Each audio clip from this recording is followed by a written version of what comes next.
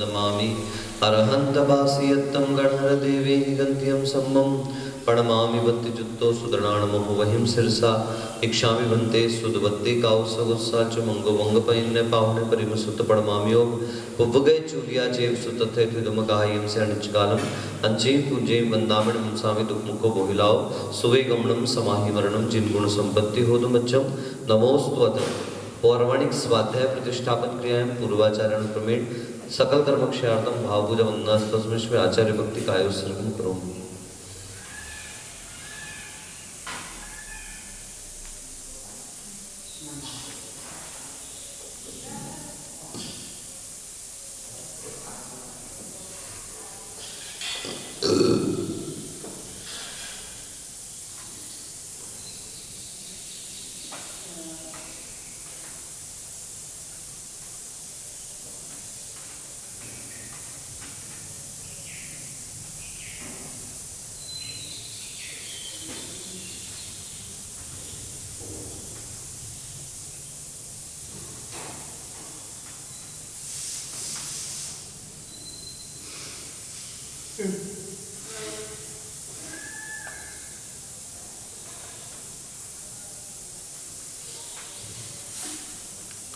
गुरुवः पान्तु no नित्यं ज्ञान दर्शन नायकाः चारित्राणां गंभीरा मोक्ष मार्गोपदेशकाः इक्षामि भन्ते आयरीभक्ति काउत्सगुत्साल्चं सम्मनाण सम्मदंसं समचयुक्ताणं पंचविहाचरणम् आयरियाणम् आयराचरणाणम् उपदेशाणम् उवच्चायाणं तीरयण गुणपादयाणं सप्तसाहुणं से अनिचकालम् अंचेमि पूजेमि वंदामि नमसामि दुखमुखो मोहिलाओ सुवेगमनम समाहि मरणम जिन गुण संपत्ति होदुमच्छम वंदितु सब सिद्धे वंदितु सब सिद्धे दुवममल मनोवमं गतिं पत्ते वोच्छामि समय पाहुड मिणमो सुद केवली भणिदं कामुन नमोकारम् अरहन्ताणं तहेव सिद्धाणं आयरियु वज्जायाणं लोयम्य सव्वसाहुणम्। पंच परमेष्टि भगवान की जय। मूल नायक श्री चैतन्य चमत्कारी चिंतामणि पार्श्वनाथ भगवान की जय। आचार्य भगवंत श्री कुंद महाराज की जय। आचार्य भगवंत श्री जयसेन महाराज की जय। चारित्र चक्रवर्ती प्रथमाचार्य गुरुवर शांत सागर जी महाराज की जय। परम पूज्य समाधि सम्राट अभीक्ष्ण ज्ञान उपयोगी वात्सल्य मूर्ति आचार्य अभिनंदन सागर जी महाराज की जय। द्वादशांग जनवाणी माता की जय। अहिंसा परमो धर्म की जय। चलिए, कल हम लोगों ने जो विषय देखा था बंधक अबंधक किन परिणामों के निमित्त से होता है, टीका में उसका वर्णन विशेष रूप से कर दिया गया था। आज उसके आगे ही थोड़ा सा किंच विस्तरः कह करके और थोड़ा सा कुछ विस्तार बता रहे हैं। ये दो प्रकार से कथन होता है, अध्यात्म भाषा से और आगम भाषा से। अभी जो पिछला कथन हुआ वो अध्यात्म भाषा से अपने सामने प्रस्तुत हो गया। अब आचार्य भगवंत आगम भाषा में सिद्धांत न्याय ये सारी चीजें गर्भित होकर के ताकि विविध विविध तरीकों से हमारे सामने वो प्रस्तुत हो जाए। क्यों? उसके पीछे सबसे बड़ा कारण ये है कि आज हम ठीक है कोई बात नहीं आपस में पढ़ रहे हैं। आपकी श्रद्धा जैन तत्व के ऊपर है, आपकी श्रद्धा गुरु महाराज के ऊपर है, आपकी श्रद्धा सर्वज्ञ प्रभु के ऊपर है। लेकिन उन्हीं समंतभद्र महाराज को एक ऐसा भी ग्रंथ लिखना पड़ा जिसका नाम था आप्त परीक्षा। सोचिए, क्या भगवान की परीक्षा की जाती है? आचार्य भगवंत कहते हैं कि हाँ, भगवान की भी परीक्षा की जाती है, लेकिन वो भगवान की परीक्षा भगवान के लिए नहीं की जा रही है, अपनी श्रद्धा की समीचीनता के लिए परीक्षा की जा रही है कि हम जिन्हें आप्त स्वीकार कर रहे हैं क्या उनके प्रति हमारा इतना दृढ़ श्रद्धान है, और जिन गुणों के कारण उनको आप्तपना स्वीकार किया है क्या वह गुण कभी कालांतर में परिवर्तित तो नहीं हो जाएंगे? आता ना कि न स्नेहात् शरणं प्रयान्ति भगवन् पादद्वयं ते प्रजा हेतुस्तत्र विचित्र दुःख निचयः संसार घोरार्णवः अत्यंत स्फुर दुग्र रश्मि निकर व्याकीर्ण भूमंडलो ग्रैष्मः कारयतीन्दुपाद शैल छायानुरागम। शांति भक्ति आचार्य भगवंत पूज्यपाद महाराज, कितना सुंदर काव्य है नहीं स्नेह वश तव पद शरणा, पाते भविजन पामर है।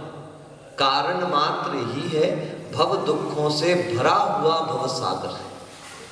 कि भगवान, हम आपके स्नेहवश आपके चरणों में नहीं आए, आपके वैभव को देखकर आपके चरणों में नहीं आए हैं, आपके समशरण को देखकर आपके चरणों में नहीं आए हैं, आपके रूप लावण्य को देखकर आपके चरणों में नहीं आए हैं, आपके पीछे इतनी जनता है ये देख करके भी आपके चरणों में नहीं आए। किंतु भगवान, हम तो इसलिए आए हैं कि जब कोई आदमी बहुत गर्मी से तप रहा हो, गरम गरम रोड पर चल रहा हो, क्यों अनुकरण जी, याद है जब अपन चंदू जी का गढ़ा गए थे?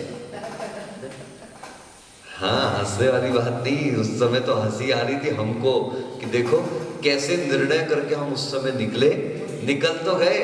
यहाँ से मात्र बाहुबली तक के थोड़े बादल रहे और बाहुबली के बाद बिल्कुल बादल समाप्त, और कहीं रास्ते पर कोई पेड़ नहीं। पूरे रास्ते में से 3 किलोमीटर हमको वृक्ष मिले, उसके अलावा कहीं कोई वृक्ष नहीं था। यानी 19 किलोमीटर में से 18-19 किलोमीटर के बीच में 3 किलोमीटर कम कर दो, 15 किलोमीटर तक मात्र धूप ही धूप थी, कड़ाके की धूप एकदम तरीके से। अब बीच में तो एक जगह ऐसी आई कि जहां 1.5 किलोमीटर तक तो एक छोटा सा पौधा भी नहीं था रास्ते में।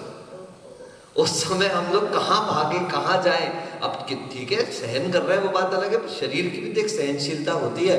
अब वो जब आप घुसे तो कहाँ घुसे जाकर। एक जगह बेरी का पेड़ नहीं होता, बेरी का पेड़, बेर जानते ना, बेर तो बड़ा हो गया, छोटी छोटी बेरी के पेड़ होते हैं। तो वहां पर 4-5 छोटी छोटी बेरी के पेड़ थे, तो उसके नीचे हम तो नहीं जा सकते, लेकिन अपने पैर जैसे तैसे हमने उसके नीचे खड़े करके 5 मिनट खड़े हुए।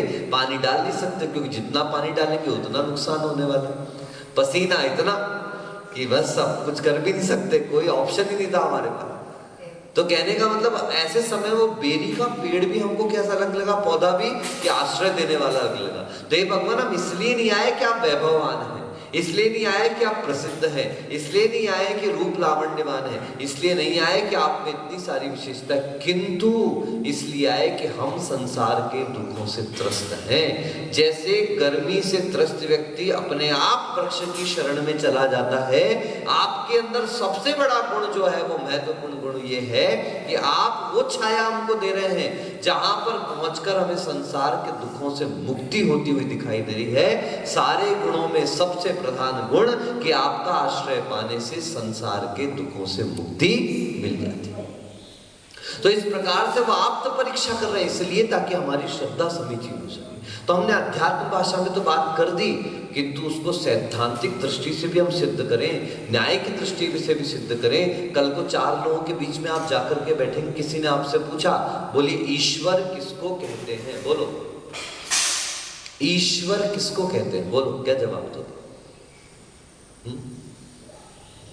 ईश्वर शब्द क्या है, इसका अर्थ है, किताबें खोलने से कुछ नहीं होगा। ईश्वर शब्द का अर्थ होता है ईश, ऐश्वर्यवान।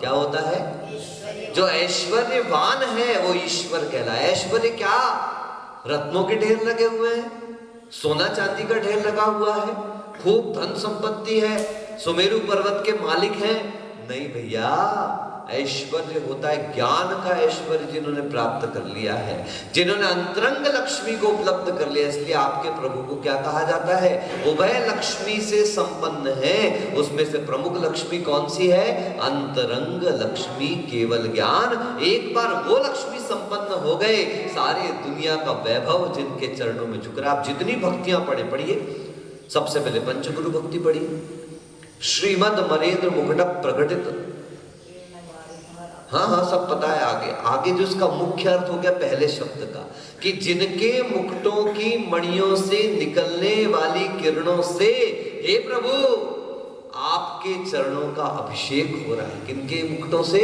सौधर्म आदि जो महा इंद्र है, महेंद्र है, माहेंद्र है, उनके मुकुटों में ऐसे ऐसे रत्न जड़े हैं कि उनको जल लाने की आवश्यकता नहीं है। उनके मुकुटों की मणियों से, निकलने वाली मणियों से क्या हो रहा है, आपके चरणों का। सभी भक्तियों में ये लाइन जरूर आई है, हर जगह इस बात को बार बार विबुधपति खगपति नरपति निर्वाण भक्ति में है।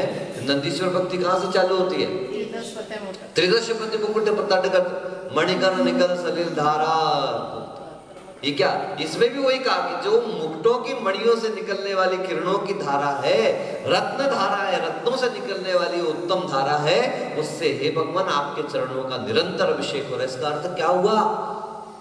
मतलब देवताओं के इंद्र भी, मुखिया भी निरंतर आपके चरणों में क्या है? नतमस्तक। देखो उदाहरण दिया है, अलंकार दिया, उससे अर्थ क्या निकालना है? ऐसा नहीं निकालना कि उनकी किरणों से अभिषेक ही होता रहता है। इसका अर्थ ये कि यानी वो निरंतर आपके चरणों में अवनत हैं, झुके हुए हैं। तो ईश्वर ऐश्वर्यवान है, ऐसे कई शब्द हैं। बोलो प्रभु, भगवान। भग शब्द का अर्थ भी ऐश्वर्य होता है, और जो ऐश्वर्यवान है वो क्या कहला गए? भगवान। प्रभु, प्रकृष्ट रूप से हो गए जो निज रूप, उनको क्या कहा जाता है? प्रभु कहा जाता है। पढ़िए सहस्त्र नाम, एक एक शब्द के इतने सुंदर सुंदर अर्थ सहस्त्र नाम में है, लेकिन अपन लोग तो पाठ करते हैं ना, बस अर्थ तो ठीक है, होता रहेगा। लोग कहते समझ में नहीं आता। भैया समझने के लिए पुरुषार्थ करना पड़ता है। एक एक शब्द एक दिन में भी देखोगे क्या? एक एक शब्द में एक दिन में भी यदि याद करोगे एक शब्द का अर्थ, तो आराम से 3 साल में आपका बेहतरीन तरीके से सहस्त्र नाम याद है। कितनी देर लगी? 1 से लेकर के 15 सेकंड। कितनी देर लगी? अनंतर्धि एक शब्द आया, मतलब अनंत रिद्धि से जो संपन्न है। बस एक आज जान लिया ना अपन, अनंतर्धि, बस छोड़ दो छुट्टी। आज एक ही सोच लो कि आज एक शब्द है, उसका अर्थ है, उसकी जाप कर लेंगे, अनंतर्धि। ओम अनंतर्धिये नमः। अपने आप देखिए बैठता चले, क्योंकि हम पाठ तो करें, अगर पाठ के अर्थ तक नहीं पहुंच पाए तो फिर हमारा क्या अर्थ निकला? सिर्फ द्रव्य पाठ नहीं करना। तो फिर आप कहोगे महाराज जी, अब मंजुला दादी कहेगी बाबूजी मेरे को तो नहीं आता। तो घबराओ मत, शुरुआत में क्या कहा जाएगा? पाठ कर लो, पाठ कर लो। महाराज जी गलती हो रही, घबराओ मत, आप बाद में बोल देंगे ना, अक्षर मात्र पद स्वर हीनम व्यंजन संधि विवर्जित रेफम साधु विरत्र मम क्षमितव्यम को न विमुह्यति शास्त्र समुद्र। इतना अपार शास्त्र समुद्र भगवान, कौन उसमें विचलित नहीं हो जाएगा? कौन उसमें नहीं खो जाएगा? कौन इसमें गाफिल नहीं हो जाएगा? हे भगवान, तो भी अक्षर पद मात्रा से जोशित जो कुछ कहा गया मुझसे क्षमा करो, करुणा करी पुनि छुड़ाओ भव दुख से। यही है ना, पूजन विधि जानू नहीं जानू अहमान, और विसर्जन हो नहीं, क्षमा करो भगवान। मंत्रहीन धनहीन हो, क्रियाहीन जिनदेव, क्षमा करो राखो मुझे देव चरण की से। और कितने बताऊं मैं आपको, पढ़ते चले जाओ। अक्षर पद मात्रा से दोष जो कुछ कहा गया, कितने सारे पद अपने सामने है। अक्षर पयत्तीणम मत्ता हीणम से जम्मय बढ़ियम तम खमो नाण देवय मज्ज भी दुख खयम गुणो। भगवान नहीं आता मुझे कुछ, लेकिन फिर भी आपकी भक्ति करने के लिए आया हूं। पहले प्रारंभिक अवस्था में तो यही कहा जाए, ये गधे मान के बैठ जाओ अपने आप को, हमको तो नहीं आता भगवान क्षमा करो, नहीं आता भगवान क्षमा करो। गलत बात, सुधारो। क्या शब्द प्रयोग किया? देखो शब्द पकड़ो, सुधारो, सुष्टि रूपेण धारा, अच्छे तरीके से धारण करो, नहीं तो फिर जीवन का मूल्य ही क्या है? साधु बनने का मूल्य क्या है? साधु बनने का मूल्य यही है कि जो नकारात्मक हमारे हाथ में, उसको सकारात्मक बनाने का पुरुष, यही साधु जीवन है। क्या साधु जीवन बोलो? नकारात्मक को सकारात्मक की ओर ले जाने का नाम क्या कहलाता है? साधु जीवन कहलाता है। और बस अपनी पर्यायगत विशेषता में हार मानकर बैठ गए। अगर आप लोग सोचते हम तो स्त्री हैं तो बैठ जाते तो क्या होता? उसमें 2 लाइनें सुनाता हूँ ना हमेशा, माना तेरी पर्याय में मुक्ति तो नहीं है, पर हार कर चुप बैठना युक्ति तो नहीं।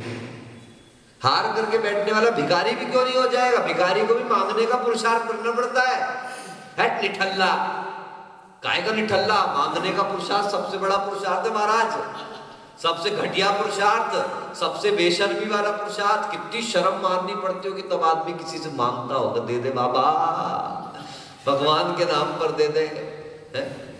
तू मुझे 2 देगा, भगवान तुझे 20 देगा। तो बोले तो भगवान से डायरेक्ट क्यों नहीं मांगता?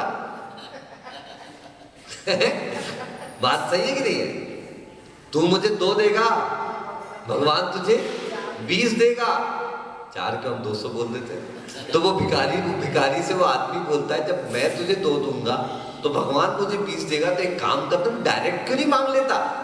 प्योर माना है। सब बातें हैं, ठीक है। इस कारण से हमें आगम भाषा को भी समझ करके चलना है। गलतियां होती होने दो, लेकिन गलती करने का भाव मत करो, गलती को सुधारो। अब आप सोचोगे महाराज हमने आपको गलती बताई तो आपने डांट दिया। वो डांटा नहीं है, वो एक्चुअली वो पॉइंट है ताकि आपकी स्मृति में बना रहे कि ये गलती हुई थी तो डांट पड़ी थी, इस गलती को सुधार। नहीं कुछ बोलूंगा तो आप भूल जाओ। देखो मम्मी लोग घर पे कुछ बात होती थी, कहते गांठ बांध ले, गांठ बांध ले। यहाँ पे डांट बांध ले, गांठ तो आप बांध नहीं सकते। कहाँ गांठ बांधोगे? दाढ़ी में? नहीं, दाढ़ी में बांधोगे, मूंछ में बांधोगे कि बालों में गांठ बांधोगे? कुछ है ही नहीं गांठ बांधने लायक आपके पास। इसलिए आचार्य जी कहते गांठ नहीं बांधना, आप डांट बांध लो। क्या बांध लो? बोलो ना, लिख लो। इतनी अच्छी बात कह रहा हूं, याद नहीं रहेगा तुम लोगों को। डांट बांध लो, डांट बांध। साधु को गांठ नहीं बांधना है, साधु को क्या बांधना है?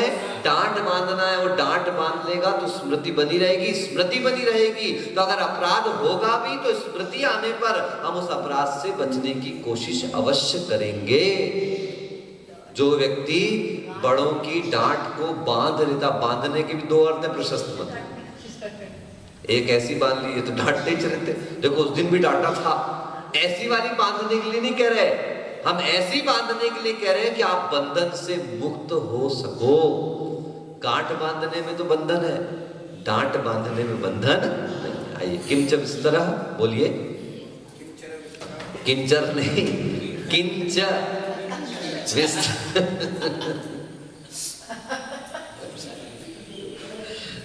कभी कभी ऐसे शब्द निकल जाते हैं।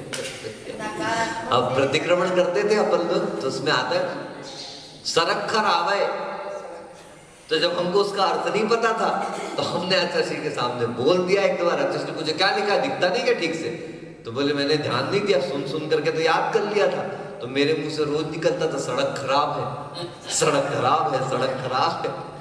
तो कभी कभी ऐसी घटनाएं भी जाती है। कितना प्रत्यास हो गया, कितना विपर्य हो गया इसके माध्यम से।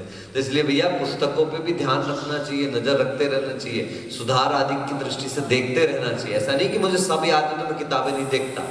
मुझे भले ही पूरे भी पाठ याद हैं तो भी बीच बीच में हम 2-4-8 दिन में कभी ना कभी किताबें पलट करके उनको देखते हैं, क्योंकि कई बार पाठ करते करते भी गलतियां हो जाती हैं। अब शब्द बदल गया, विस्मृत हो गया और वो शब्द ही परिवर्तित हो जाता है ना। मिथ्या दृष्टि अपेक्षया। आचार्य के सन्वेक महाराज है अनंत सागर जी महाराज, ललितपुर के बहुत वीतरागी साधु, बहुत अच्छे महाराज जी।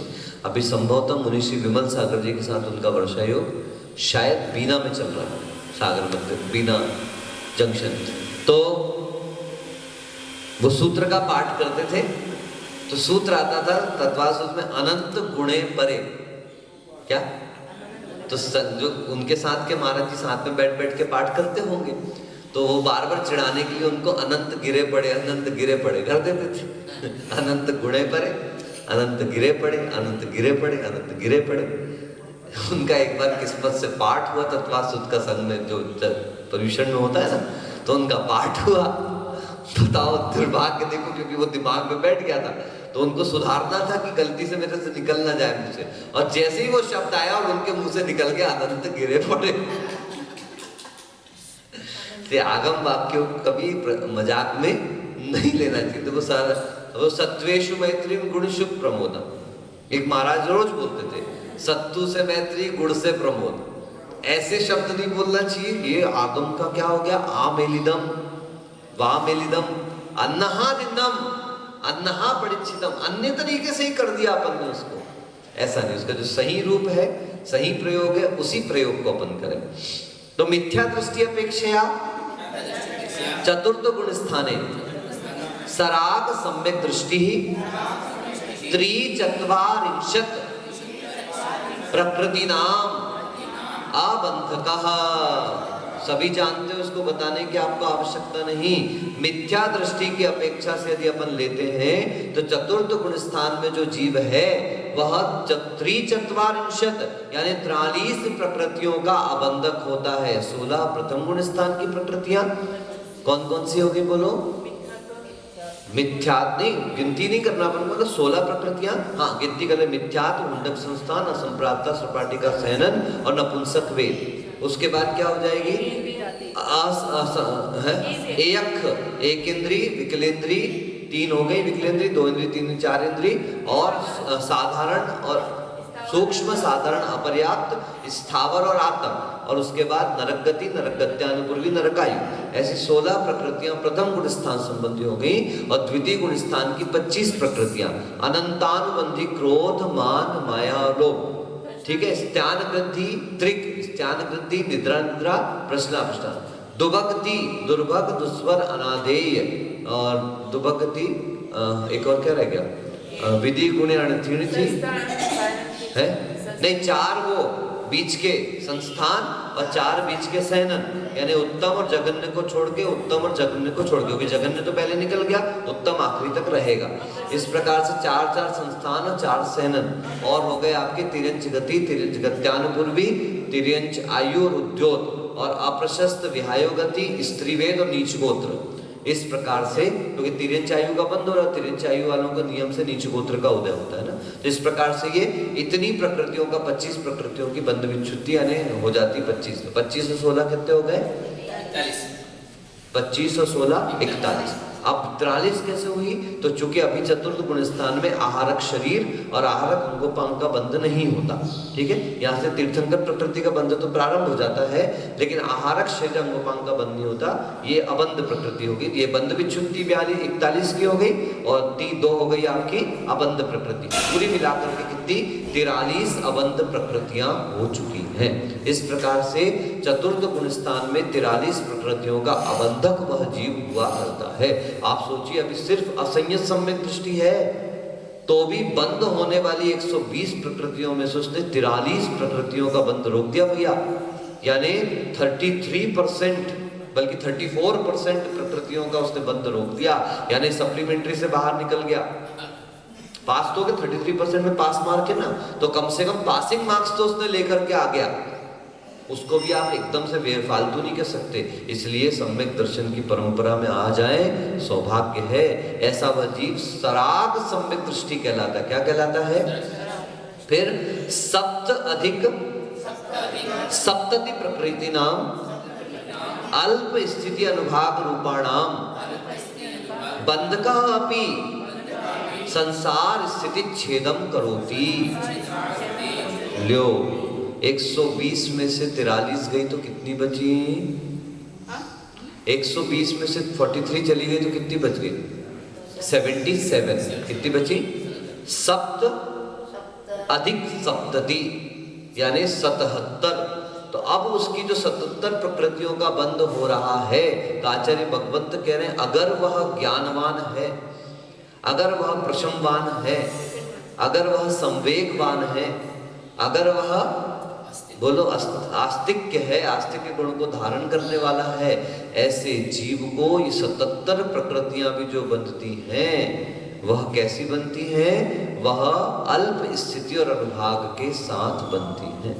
थोड़ी सी चूक मुझे लगती है, अल्प स्थिति अनुभाग के साथ तो बंधेगी, लेकिन पुण्य प्रकृतियां जो हैं वो तीव्र स्थिति और अनुभाग के साथ बनेंगी। स्थिति भले ही कम भी बंधे, लेकिन अनुभाग तो विशेष बंधेगा। बिल्कुल पुण्य का अनुभाग, पुण्य प्रकृति का अनुभाग वृद्धि के साथ साथ होगा। पाप प्रकृतियों का स्थिति अनुभाग क्या होता जाएगा? कमतर होता चला जाएगा। ठीक है ना? इस पर तथा च उत्तम सिद्धांते, सिद्धांत ग्रंथों में भी कहा गया है द्वादशांग। भैया इसको बिल्कुल टिक मार्क कर लेना, बहुत अच्छा प्रकरण आया है ये। द्वादशांग अवगमः तत् तीव्र भक्ति अनिवृत्ति परिणामः केवली समुद्घातश्च इति। ते केवली समुद्घातः च इति संसार स्थिति घात करणानी भवन्ति। देखो, केवली समुद्घात से तो संसार की स्थिति का घात होता ही था। आज आपको जो बड़ी बात सुनने को मिल रही वो जबरदस्त बात ये है, द्वादशांग अवगमः, यानी द्वादशांग का ज्ञान और उसके प्रति तीव्र भक्ति। क्या बात कहते, उस जिनवाणी के प्रति तीव्र भक्ति और अनिवृत्ति परिणामः। अनिवृत्ति मतलब जैसे परिणाम कभी नहीं हुए ऐसे परिणाम उत्पन्न होते हैं। किससे? द्वादशांग की भक्ति से। इसलिए कह रहा हूं बार बार, स्वाध्याय में स्ट्रिक्ट होकर के बैठो, स्वाध्याय में जिनवाणी का बहुत विनय करके चलो। स्वाध्याय में कुछ नहीं आ रहा, नहीं आता महाराज, बिल्कुल मत आने दो, आने की जरूरत ही नहीं है। अंदर क्या आने की जरूरत नहीं है, कहां से लाना है? जोधपुर से लाओगे क्या? जोधपुर से कोरोना आएगा अब तो भैया, हॉट स्पॉट है। तो कुछ लाना कहीं से नहीं है, जो है उसको परिमार्जित करना है। क्या करना है? जो है उसको परिमार्जन करना है मात्र, आपको नवीन लाने की कोई आवश्यकता नहीं है। तो इस प्रकार से द्वादशांग की तीव्र भक्ति, जिनवाणी की भक्ति, जिनेंद्र भगवान की भक्ति खूब करो। कुछ नहीं आता स्वाध्याय, महाराज हम तो भक्ति पूर्वक आपके सामने बैठ रहे हैं, हमें विश्वास है जिन वयणम औषध मिहम, जिनेंद्र भगवान के वचनों से बड़ी संसार में कोई दूसरी औषधि। ऐसे गुरुदेव कहते थे, जब एलोपैथी काम नहीं करती, बोलो है, बोलो अच्छे से बोलो माता, हाथ जोड़ के, भगवान जब एलोपैथी काम नहीं करती, जब आयुर्वेदी काम नहीं करती, जब नेचुरोपैथी काम नहीं करती, जब होम्योपैथी काम नहीं करती, तब एक पैथी काम करती है जिसका नाम है सिम्पैथी। क्या काम करती है बोलो? डॉक्टर कहता है, पिक्चरों में हमने देखा था, डॉक्टर आखिरी में जब वो बल्ब बंद हो जाता है, बाहर निकल के आता, सिर झुका के आता है तो बोलता है, हमने तो अपनी पूरी कोशिश कर दी, we have tried our level best, अब दुआ करिए। अब दवा काम नहीं करेगी। क्या काम करेगी? तो जब दवा काम नहीं करती तो कौन काम करता है? दुआ काम करती है। और आचार्य भगवंत कहते, सुनो, दवा भी तभी काम करती है जब दुआ काम करती। डॉक्टर क्या कहता है? अब दवा काम नहीं करेगी, अब दुआ काम करेगी। और आचार्य भगवंत क्या कहते हैं? बेटा सुनो, दवा भी तभी काम करेगी जब दुआ काम करेगी। अगर दुआ काम नहीं कर रही है तो दवा भी कोई काम करने वाली नहीं। आचार्य महाप्रज्ञ का नाम सुना होगा आपने। श्वेतांबर तेरा पंथ संप्रदाय के महानतम आचार्य हुए आचार्य महाप्रज्ञ जी। काफी अणुव्रतों का प्रचार प्रसार उन्होंने किया है। तो उन महाप्रज्ञ जी ने एक आहार विज्ञान संबंधी पुस्तक लिखी थी, तो मुझे कभी देखने को मिली। बहुत अच्छे चिंतक है, विचारक है, शोधक भी है, सब प्रकार का उन्होंने कार्य सब तरीके से किया। एक्चुअली श्वेतांबर साधुओं के पास उनको एक सुविधा मिली हुई है कि आहारचर्या आदि में हवन जैसा बंधन नहीं, इस कारण उनको बहुत इस मामले में सुविधा मिल जाती है, उनका विहार आदि में सहूलियतें हो जाती है। तो उनका शोध भी बहुत अच्छा रहा। उन्होंने पूरी पुस्तक लिखी, लेकिन सारी पुस्तक में उन्होंने आहार विज्ञान, औषध विज्ञान के बारे में लिखा। और सारी बातों को लिखने के बाद उन्होंने एक बहुत अच्छी बात लिखी, लेकिन उस अच्छी बात में थोड़ा अपन और जोड़ेंगे कि अगर आहार औषधि इनसे भी आपको लाभ नहीं हो रहा है तो आपको कर्म विलय की साधना करनी चाहिए। मुझे लगा जो प्राइमरी था उसको आपने लास्ट में रख दिया, क्योंकि जो भी हमारे साथ घट रहा है वो कर्म के उदय में घट रहा है। तो निश्चित रूप से दवा आदि करने से साथ साथ अगर आप कर भी रहे हो दवा, तो उससे ज्यादा आवश्यक आपके लिए दुआ है, उससे ज्यादा आवश्यक आपके लिए भक्ति है, उससे ज्यादा आवश्यक आपके लिए कर्म निर्जरा के साधन है।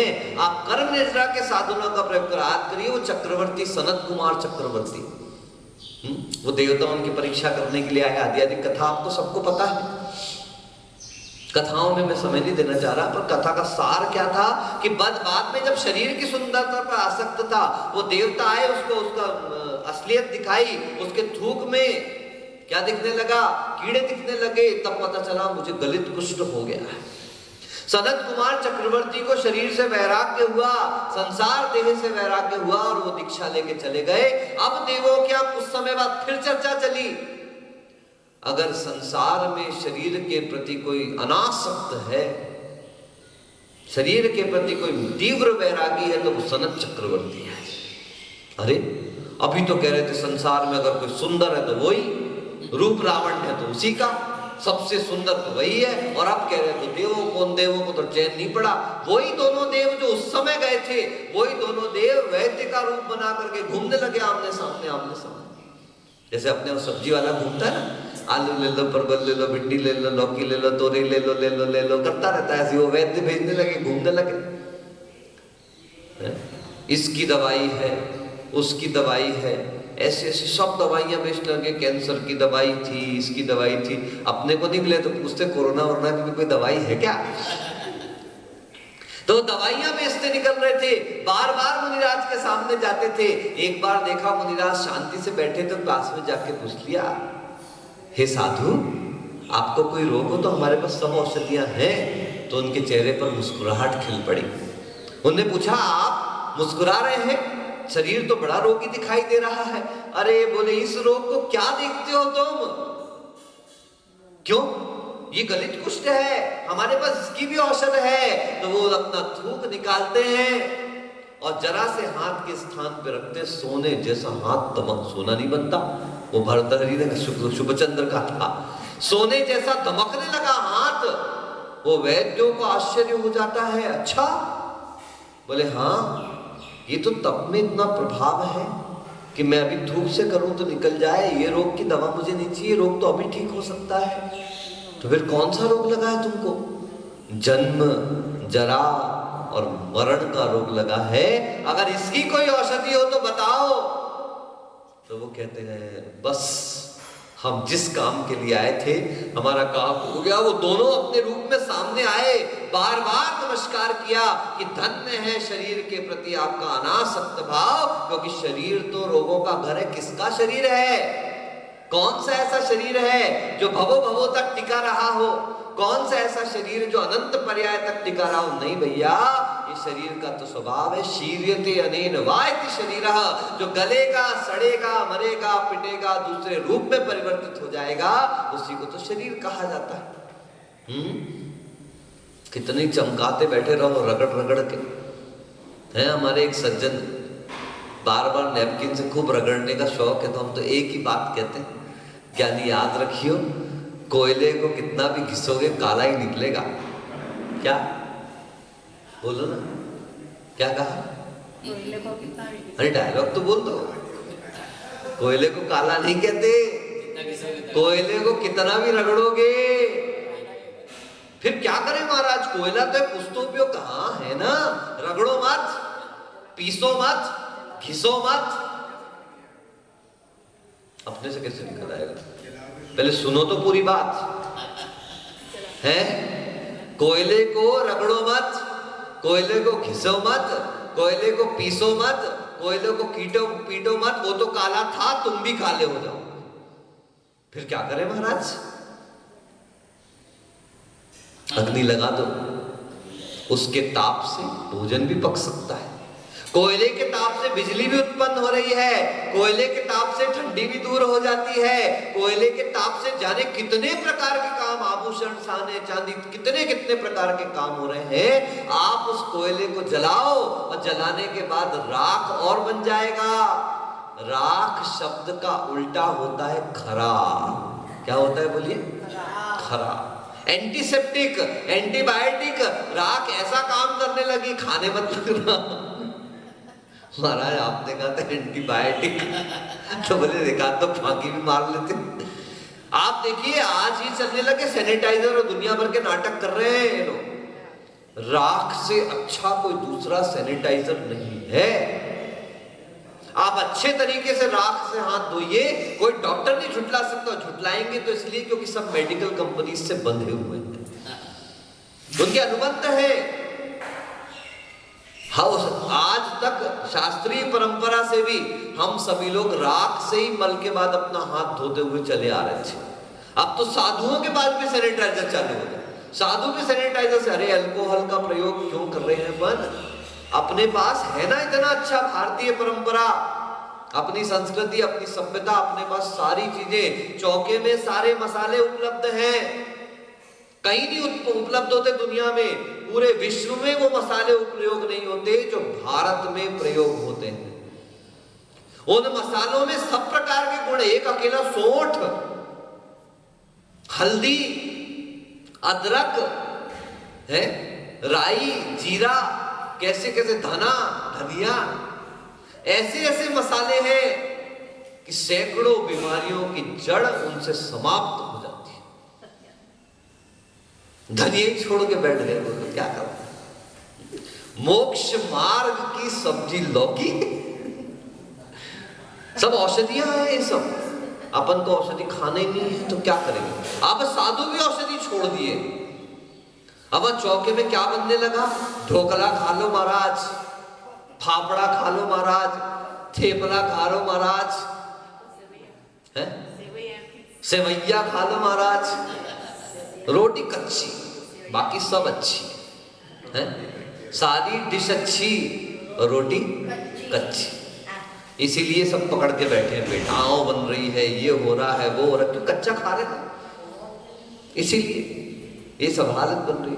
अपन लोग जितने, याद रखो, ऐसा नहीं कह रहा कि तुम माल मसाला मत खाना, खाओ, निस्वार्थ भाव से खाओ, निरपेक्ष भाव से खाओ, लेकिन चौकों में जाकर के 10 सामान है तो पहले से ही 8 अलग कर दो आइटम। अपने आप दूसरे दिन चौके वाले राइट वाले पूरा संघ ऐसा निर्णय कर ले ना, तो आधे चौकों की आधी व्यवस्था यूं ही सुधर जाएगी और सब साधुओं का स्वास्थ्य सुधर जाएगा। होता था चातुर्मास में, आचार्य महाराज जी के आते, अभी वर्धमान साहिब के यहाँ भी सब जगह पे ऐसी सिस्टम है, तले वाले का त्याग करवाते, क्योंकि सबसे ज्यादा नाटक चतुर्मास में ही होते हैं, स्थायी रहते हैं। अपने आप तले का त्याग करवा दिया, संघ चौके की आधी व्यवस्था तो यूं ही सुधर गई। देखो बता दे रहा हूं मैं आपको, आप बुरा मत मानना इसको, लेकिन ये सब बनाने के चक्कर में 2 नंबर का घी प्रयोग होता है। कौन सा ऐसा घर है जहां पर एक दिन का घी निकाला जाता हो? क्यों दादी? मलाई इकट्ठी, मलाई इकट्ठी, मलाई इकट्ठी, मलाई इकट्ठी रख दी फ्रिज के अंदर। अब 3, 4, 5 दिन बाद, क्योंकि तो दूध ही नहीं आता, दूध भी इतना प्योर नहीं आ रहा है, पानी मिला तो दूध आ रहा है, अपने जैसे ही दूध आ रहा है, जैसे अपने परिणाम वैसा दूध, अपने पानी मिला हुआ परिणाम है तो वैसे ही दूध आ रहा है। अब उस मलाई को फ्रिज में रख दिया जाता है, फिर फ्रिज से उस मलाई को निकाल करके क्या किया जाए? अब उसका क्या कर रहे हैं? उसको गर्म कर रहे हैं। आप देखना पूरे घर में एक अजीब टाइप की स्मेल आने लगती है। अगर आप ताजी मलाई का घी निकालते हैं तो मावे जैसी खुशबू आती है हर जगह। अगर आप 2-3 दिन पुराना मलाई का घी निकालते हैं, इसका मतलब साफ है कि जीवोत्पत्ति भी हुई है और जीव हिंसा भी हो रही है। अब वो घी आपके भी, मतलब गृहस्थों के लिए अभक्ष, यहाँ तो कोई अभी गृहस्थ है नहीं, गृहस्थों के लिए भी एक प्रकार से अभक्ष है। सम्यक दृष्टि सेवन करने से बचता है, फिर व्रती की तो बात ही है। तो इसलिए ज्यादा इनके चक्कर में पड़ोगे, घी करोगे तो वो लोग कहीं से भी समझौता करके लाएंगे, पीकवे में, कंसरे में, इधर से उधर से। और आठपहरी के मैं तो बिना घी लगी रोटी खा लो है, लेकिन कैसी रोटी खाओ? ऐसे घी हो, ऐसा हो, क्योंकि हमने सुना हुआ है भैया आप ही लोगों के मुख से। अभी यहाँ 1-2 को छोड़ के सब में से बड़ी उम्र के ही है क्या? जैसा खाओ अन्न, बोलो, वैसा होवे मन, जैसा पियो पानी वैसी होवे, जैसा खाओ घी वैसी होवे बुद्धि। ये हमारी बात है, ये हमारी बात है। आपकी बात तो हमने सुन ली, पुरानों का भी हमने अनुभव सुना, तो कुछ नए लोगों का भी तो सुना करो। तो जैसा खाओ अन्न वैसा होवे मन, जैसा पियो पानी वैसा होवे वाणी, और जैसा खाओ घी वैसी होवे बुद्धि। धी है क्या चीज? तेल, घी तेल वैसा ही है। तेल फिर भी माता जी जल्दी अभक्ष नहीं होता, तेल चलित नहीं होता, तेल में बहुत वक्त लगता है चलित होने में, लेकिन घी के साथ तो निकालने की प्रक्रिया ना, तेल तो क्या सीधे उस पदार्थ से निकाला जा रहा है। अगर आप उसके स्थान आदि की शुद्धि करके व्यवस्थित निकालते हैं, बर्तन आदि का परिवर्तन करते रहते हैं, तो तेल तो फिर भी शुद्ध उपलब्ध हो जाए। पर घी के साथ है कि जैसे ही आपने उसको 8 पहर के ऊपर रख दिया, 8 पहरी घी हर किसी का कहाँ उपलब्ध हो पा रहा आज के समय। तो ये सब तो समझौते इसी कारण हो रहे हैं। इसलिए बंधुओं ध्यान रखना, भोजन की शुद्धि हमारे परिणाम विशुद्धि का निमित्त बनती। तभी तो देखो ना, ब्रह्मचर्य की भावना में लिखा ना आचार्य उमा स्वामी महाराज ने, स्त्री राग कथा श्रवण, ये समझ में आता है, तन मन और आंग निरीक्षण, ये भी समझ में आता है। लेकिन आगे उन्होंने क्या लिखा, वृष और ईष्ट रस का त्याग। वृष मतलब होता है गरिष्ठ पदार्थों का सेवन। बाटी खाना चालू की तो 4-5 निपट ही गई। खाओ, 1 आध खा लो, 1.5 खा लो, 2 खा लो, बहुत हो गई भैया। एक बाटी को 1 जग पानी चाहिए पचने के लिए। डाल के देख लेना पानी में। महाराज सबसे सरलता से कोई चीज अगर पचती है तो रोटी। रोटी आप प्रैक्टिकल करके देखो, एक रोटी का टुकड़ा उसी के बराबर पराठे का टुकड़ा, उसी के बराबर पूड़ी का टुकड़ा। आपने एक कटोरी ली, चौड़ी वाली है प्लेट, उसमें पानी डालो और उसमें डाल करके छोड़ दो सामान्य पानी में। ठंडे पानी में डालना और एक पीस गर्म पानी में डालना। भैया ठंडे पानी में रोटी डाली, गर्म पानी में रोटी डाली, ठंडे पानी में पराठा डाला, गर्म पानी में पराठा डाला, और ठंडे पानी में पूरी डाली, गर्म पानी में पूरी डाली, ठंडे पानी में बाटी डाली, गर्म पानी में बाटी डाली। ठीक हो गया। अब आप जब देखेंगे तो पता चलेगा सबसे पहले कौन गल गया, गर्म पानी की रोटी। उसके बाद कौन गला, पूड़ी गली। उसके बाद नहीं, उसके बाद गर्म पानी की पूड़ी, उसके बाद ठंडे पानी की रोटी, उसके बाद ठंडे पानी की पूड़ी, उसके बाद गर्म पानी का पराठा, और उसके बाद दोनों पूड़ी के पहले पराठा गलेगा और उसके बाद ठंडे पानी का पराठा। सबसे गरिष्ठ हो गया पराठा। खा के आ जाओ, निद्रा नहीं आए तो नाम बदल देना। और रोटी से पूड़ी भी जल्दी मतलब हो जाती। पूड़ी यदि व्यवस्थित तरीके से पतली सिकी हो, अच्छे तरीके से के उसका तेल वगैरह निथारा गया, तो वो भी जल्दी पच जाती। लेकिन पराठा तो खतरनाक हो, उसमें भी ठंडे पानी। इसका अर्थ क्या हुआ कि ठंडा पानी पीने से पेट की हालत क्या हो रही वो आप समझ लीजिएगा। ठीक है, तो इस प्रकार से आज एक बहुत सुंदर विषय अपने सामने आया, तो कि द्वादशांग के ज्ञान के प्रति तीव्र भक्ति और अनिवृत्ति परिणाम का कारण वह बन जाता है। ऐसे परिणाम जो कभी नहीं हुए हैं, इस प्रकार से आप अपने ज्ञान का अंतरंग उपयोग करते चले, तो जैसे केवली समुद्घात संसार के घात का कारण बन रहा है, ऐसे जिनेंद्र भगवान की वाणी के प्रति भक्ति मात्र भी, बहुश्रुत भक्ति, उपाध्याय की भक्ति, प्रवचन भक्ति, शास्त्र की भक्ति, लिए शास्त्र बैठे बैठे घुमा रहे दिन भर आरती, वो नहीं कहा जा रहा। विनय संपन्न होने के लिए कहा जा रहा है। मैं पहले भी कह चुका हूं, विनयेन सुतमदीदम, जो श्रुत विनय के साथ अध्ययन किया जाता है, वह अल्प समय में क्षयोक्षम की वृद्धि का कारण बनता चला जाता है। बस स्वाध्याय निष्ठापन श्रुत भक्ति का